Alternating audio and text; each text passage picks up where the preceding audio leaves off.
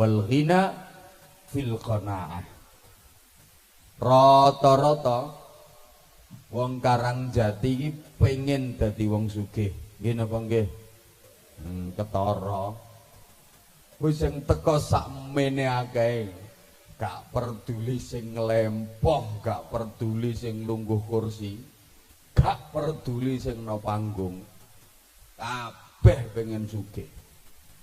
Ana wong kok ngomong, melarat ya wis ora apa-apa.